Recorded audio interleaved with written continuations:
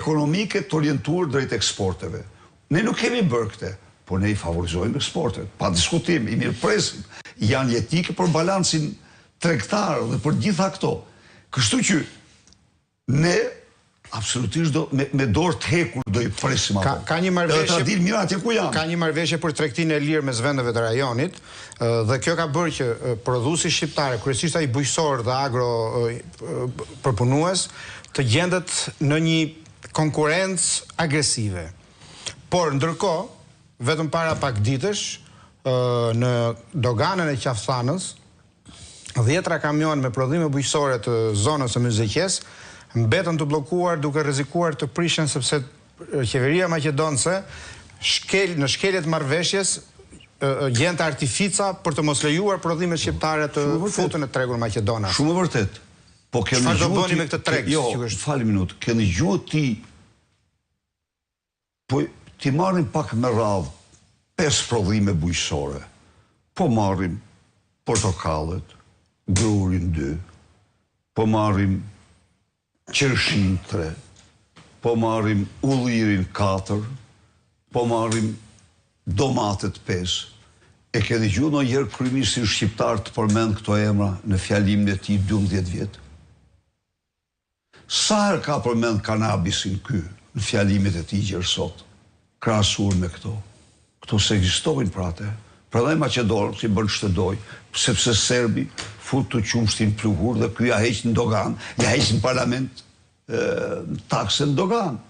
Natyrisht ky ka dorëzuar bujqësinë shqiptare. Absolutisht. Nuk ka diskutim që do mbrohen prodhimet shqiptare. Ja them unë këtu. Edhe pse? Çdo vend i mbron.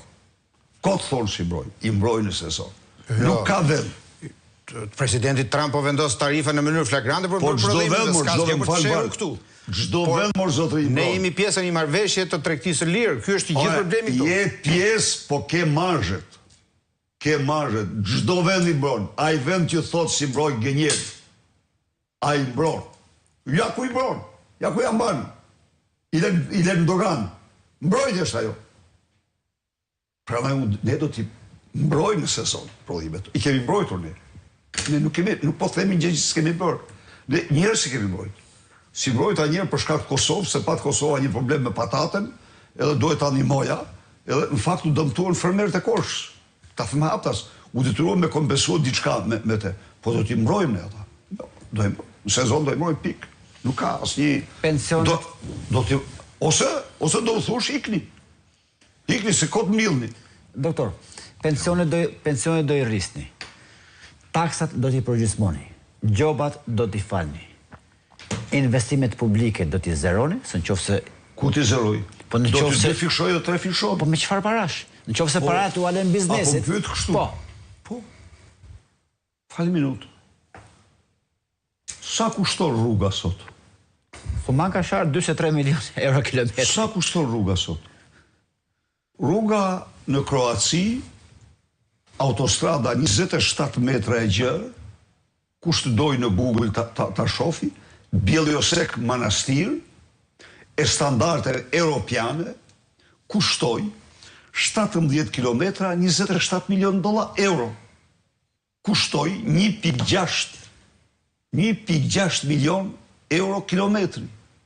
Kemi ndërtuar ne autostrada me gjerë në Shqipëri, nga gjitha është autostrada Levan-Vlorë.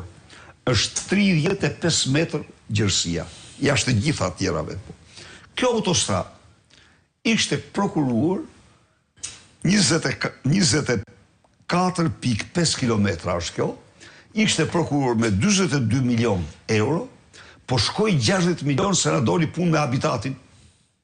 Dolen shoqatat ornitologji, e mbrojtën bravo qoftë dhe ne modifikuam, se e kishme me bankat europiane. Kriporja. Po, e modifikuam atë.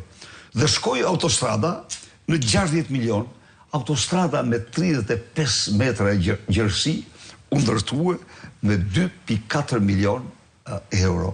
Sa do të ndërtuat sot? Plus 30% çmim. Plus 30% është inflacioni i materialeve. Me 3 milion euro. Me 3 milion euro, afërsisht. Asnjë tjetër. 43 Këta i ndërtojnë 17 milion euro. Unazën. 22 milion euro këto limuthin.